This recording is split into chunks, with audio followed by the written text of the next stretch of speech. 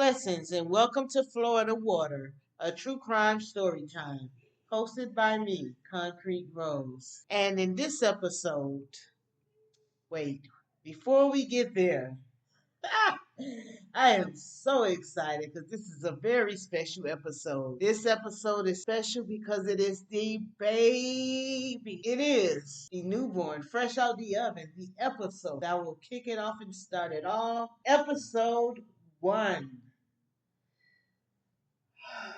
Okay.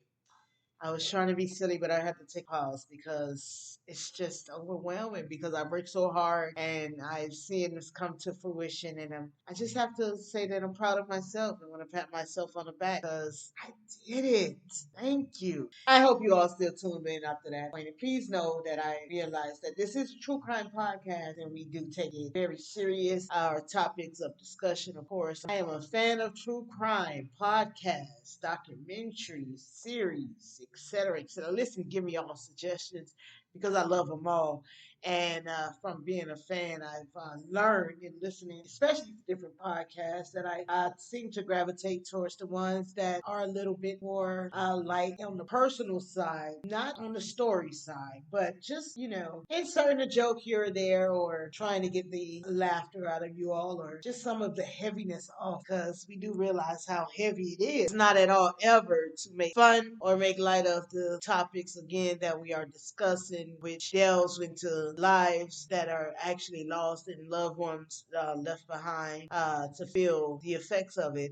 But it is, however, to in the spectrum of podcasts, be authentic and entertaining. And if it's not for you, I certainly understand and I love you. And of course, God bless you. And if it is for you, get ready for a ride because today, for episode 1, we're coming in with a bang. Never mind going out with a bang. We're coming in with a bang. We're coming in with one that you all know. It needs no introduction. I promise you. I don't even have to say the name, but I will give you some phrases. And as soon as I do, you're going to say, oh, I know where we're at with this one. So here we are. Here we go. Episode 1, Florida Water, a Miami crime story time. Story 1 is the episode of Face Eater? Bath salts. Hmm. I know you all there with me, but let's go a bit further with it. Let's say the Florida zombie, Miami cannibal. Ha! This is the story of Rudy Eugene and Ronald Poppo. Good afternoon. Today we start with a bang. We start with the story of Eugene Poppo. Sorry you may not know it by that name. Maybe you may not know them by their full name. Rudy Eugene and Ronald Poppo. It's possible, however, that you may know this story by hashtags. Hashtag the Miami Zombie. Hash Miami Cannibal. Hashtag bath salt. This is the story of Rudy Eugene and Ronald Poppo. So, that was a pretty intense intro. What's the story? How do I begin? It's better to begin at the end. And the end occurred on May 26, 2012 in Miami, Florida, during one of the most tourist-attracted weekends in South Florida. The lives of two strangers collided for the last time on a busy highway. A homeless man resting on the MacArthur Causeway was approached by a soon-to-be nude man accusing him of stealing his bike. By the time the 18-minute filmed encounter was over, one of the men was dead and the other missing half his face. How did these two worlds collide in such a violent fashion? Let's see if we can work up to an answer. Ronald Poppo was born in Brooklyn, New York. He once scored 129 on the IQ test and attended Manhattan Stuyvesant High School. Poppo attended a city college in New York, but eventually dropped out soon after in 1966. By 1976, he was homeless. Poppo had one daughter, Janice Poppo, who by the time of the attacks had already presumed him dead for over 30 years. She hadn't heard from him since this time frame, thanks in part to his drinking addiction he'd formed. He'd been shot once and arrested over a dozen times prior to the date of his fateful attack. Arrest records for Poppo showed he'd been homeless for quite some time, Arrests started in 1983 for sleeping in public. Most of his arrests were for drinking and trespassing. Though much is unknown about Poppo due to his living status, many of the homeless community said he was known for being under the bridge. He would have dinners at the Miami Rescue Mission, and people who knew him from there stated he also frequented near Watson Island or Jungle Island. Just 2 days before his attack, in fact, a homeless assistance program offered him services, in which he declined. Rudy Eugene's life has more feelings than Ronald's, but what led them to this day is still missing and inexplicable by life's background. Eugene was born February 4th, 1981, in Miami, Florida, at Jackson Memorial Hospital, from Haitian immigrant parents who divorced soon after his birth. He had no relationship with his biological father, who died when he was 6. Eugene grew up attending church on Sundays and playing football at North Miami Beach Senior High School his 10th and 11th grade year. Now, we're going to take a pause here in the story. Remember when I told you all I sometimes will interrelate or intercorrelate into these stories based upon personal knowledge of persons? Here's where I admit to. I went to high school with the man you all call the Miami Cannibal, that I will call Rudy Eugene. We attended North Miami Beach Senior High School together. I remember him in high school. He was very quiet, very introspective. The way that he's described throughout all research that I've found of him is how he was in high school.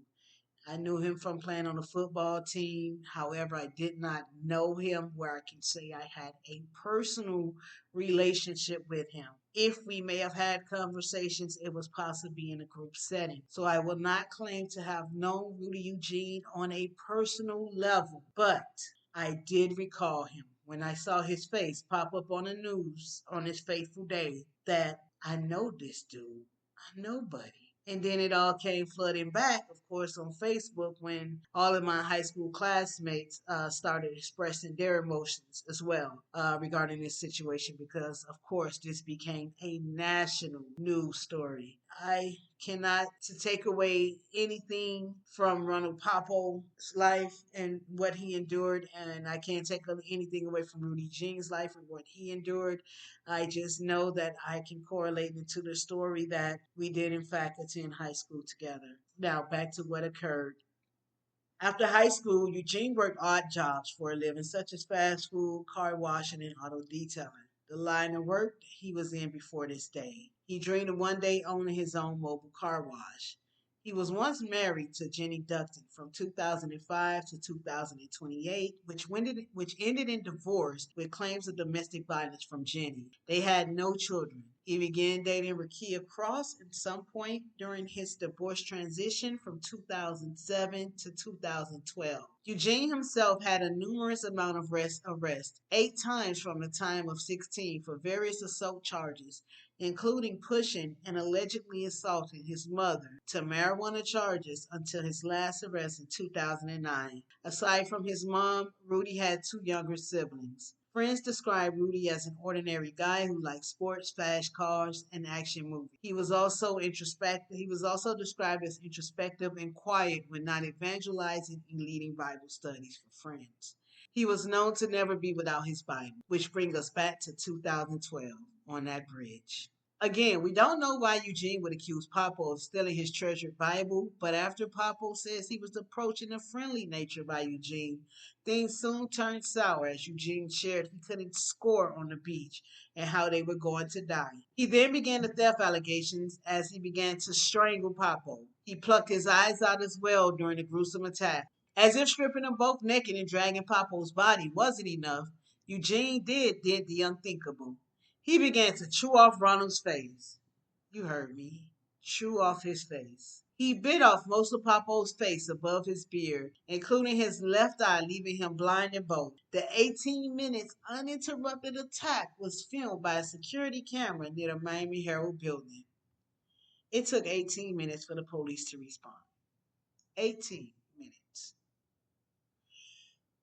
And please understand that this is a busy causeway with traffic. holiday traffic flowing at this time because it was Memorial Day, and we will get into that later on. But many calls were made to the police about this incident. A pedestrian even tried to verbally stop it before calling the police. A bus driver's call followed as well.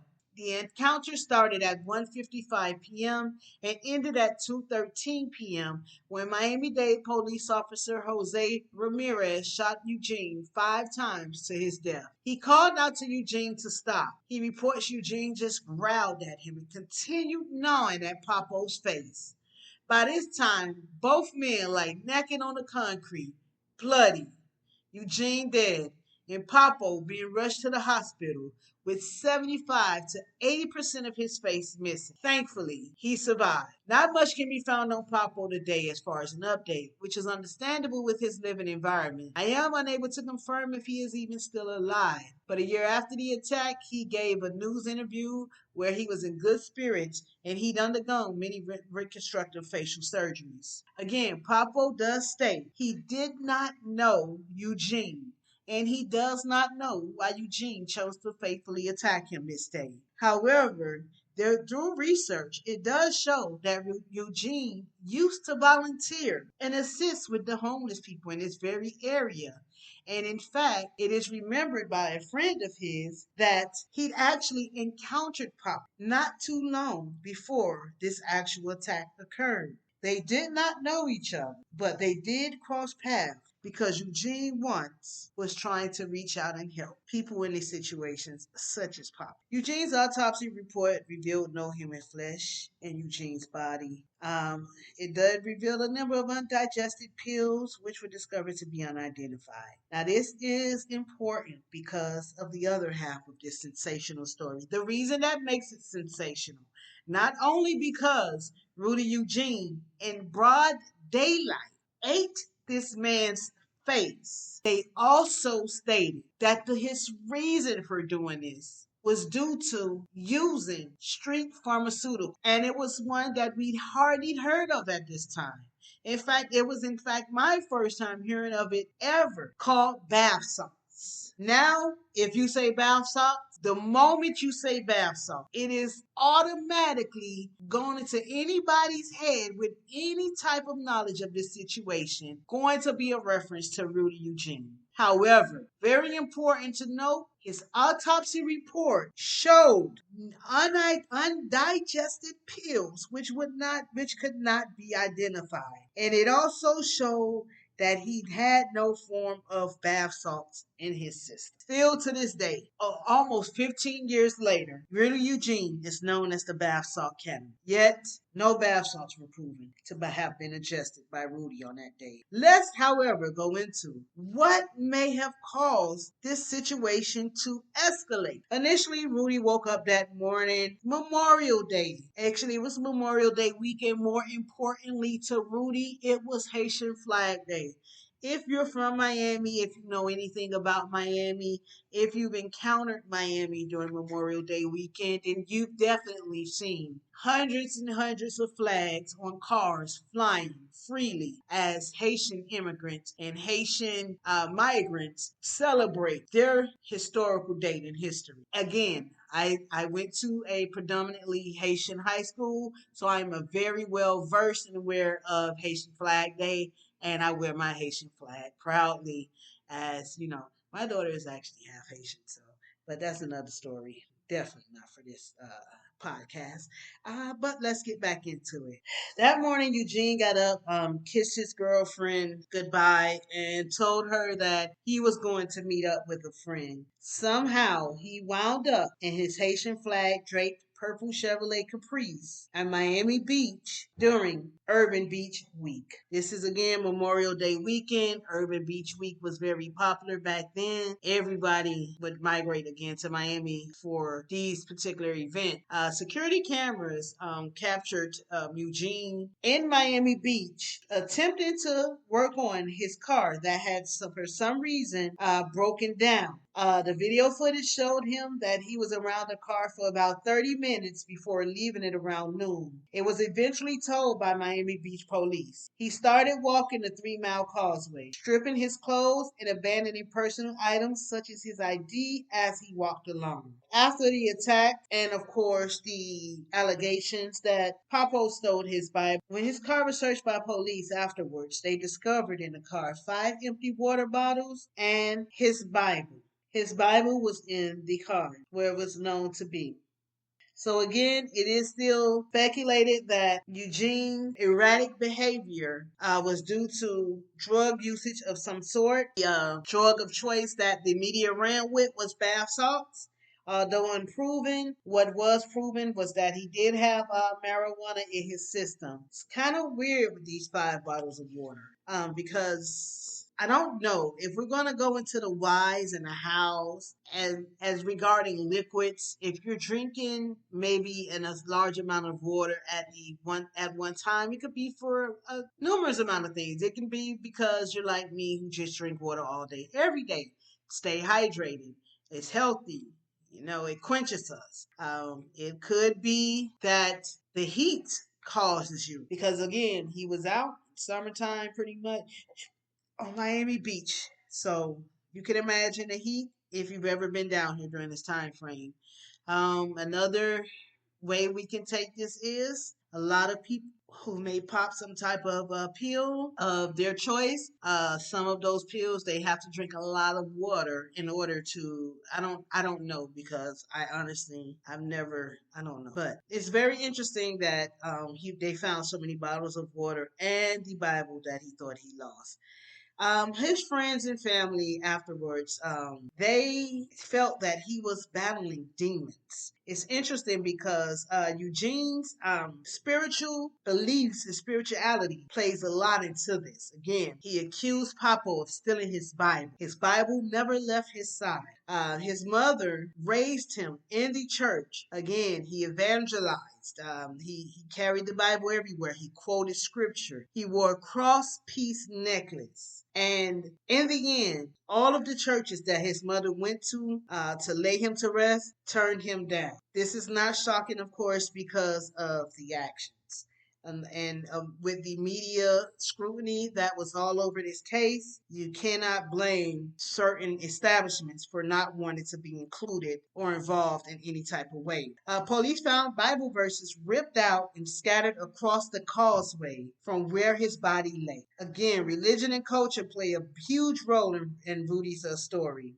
Michelle Gonzalez Maldonado, professor of religious studies, states people are using their belief of evil spirits of dark and light to try to explain what happened that day. Because of Rudy's Haitian's background, there was a lot of whispers of voodoo and demonic possession. His mother did state that they did not practice any type of voodoo in any type of nature or way. However, this does play into the stereotype of what Haitians are and who they are and what they do. So we've also discussed mental illness that of course has to be discussed.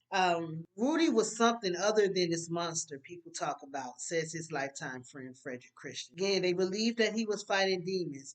By high school, he wasn't attending church regularly and still read his Bible and prayed nightly on his knees. He learned in high school that the man he thought was his father from age 2 wasn't his biological dad. His actual dad, as aforementioned, had died. He had questions and issues when learning this information, which really devastated him. Angry at first, he eventually accepted the truth. In 2004, Eugene and his mother had a fight that became physical, and he pushed her out of the kitchen, smashing the table. He told her, "I'll put a gun to your head and kill you," according to police. He also threatened police and peacefully resisted arrest until he was tased 3 times by police. He apologized to the police while being transported, saying his mom always upsets him by calling him a bum, but he knew that he was wrong. The police dropped the battery charges and he was sentenced to probation for his guilty plea. So I do see it's an eternal battle that we all seem to have, good and bad. and sometimes in our anger we may react, and in the way that we react there are consequences to it, good or bad. Rudy, again, it's nothing about him that said that he would one day do such a heinous thing. It's nothing in his life that showed that or displayed that. At 23, he had a short 18-month marriage to his high school love, Jenny Ducton. It ended in divorce with domestic violence claims. In 2007, he met Rakia Cross at a red light where they exchanged numbers and had a turbulent, off and on affair for 5 years until his death. Rakia stated that Rudy was sweet and kind, the type of dude you want to be with forever. He was my heart. Her friends did say that the night and morning of the assault, Eugene seemed to not be himself, and it was as if he was searching for something. He left the house that morning giving Rakia a kiss and leaving with his Bible and a notebook of jotted scripture. Another girlfriend of Eugene, Yavanka Bryant, who at some point had retained the lawyer to speak out in interviews, she once stated that he was always sweet to me. I don't know of him ever being aggressive to me. That was on Dr. Drew Headline News. Again, the family states that they never practiced voodoo and Eugene had never been to Haiti. Before the attack, police were getting calls about a naked man walking the causeway. We're going to swing to this because this is very important. There were 3 police calls recorded during the attack. But again, prior to the attack, prior to him reaching where Ronald Poppo was on the bridge, the police were being notified that he was walking this bridge naked and erratic.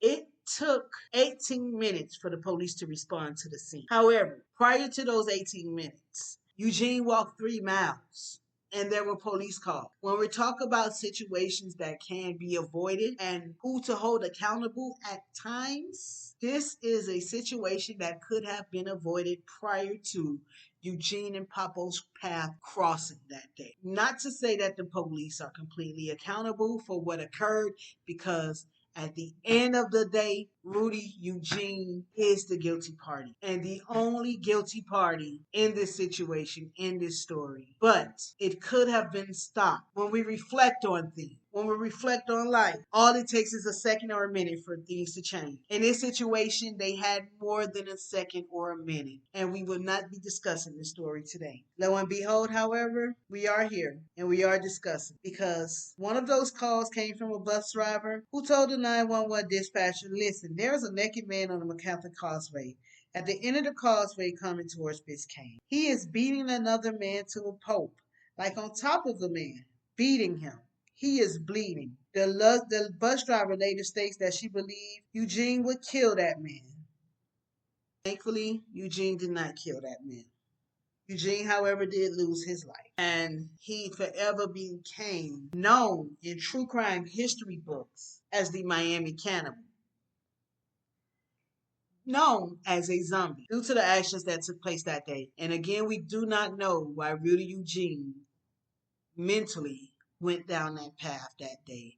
I've watched the videos of the attack. I've read the in-depth day-to-day timeline of what occurred. Nothing out of the ordinary, what has been reported, but some way, somehow, Rudy ingested some. Those undigested pills, they tell more of a story than we could ever know at this time frame. Because Rudy's not here to tell us, and Poppo is just an innocent bystander in his place where he's known to be, just at the wrong time. So when we talk about one of the most exciting stories that ever occurred in Florida, I don't want you all to think, I stated I personally wasn't had some involvement with the attacker, that I gave his story the way I did today to be defensive of him in some way of nature. No, that is absolutely not the case. He did something terrible that day. It's so gruesome. As you can see, I gave minimum details. But of course, there's videos, there's pictures, there's all type of reference, especially to this day. And yearly, this story gets talked about still in Miami on blog sites, websites, classmates, Facebook, man, everywhere. So yearly the story gets talked about. But the only thing that my only goal today in telling the story of the Miami zombie is it was not proven that he was under bath salt. So I just want to take away that stick because when we relate his name to it, it's always going to be related to bath salts. But sometimes we never get to the facts of the matter. And the facts of the matter is it's not proven that bath salts caused Rudy Eugene to attack Ronald Poppo on this hot summer day. It is not proven that Rudy Eugene for what had his Bible stolen by Ronald Poppo on this fateful day. It is only proven that Rudy Eugene did the unthinkable. He drank that Florida water. See you next time.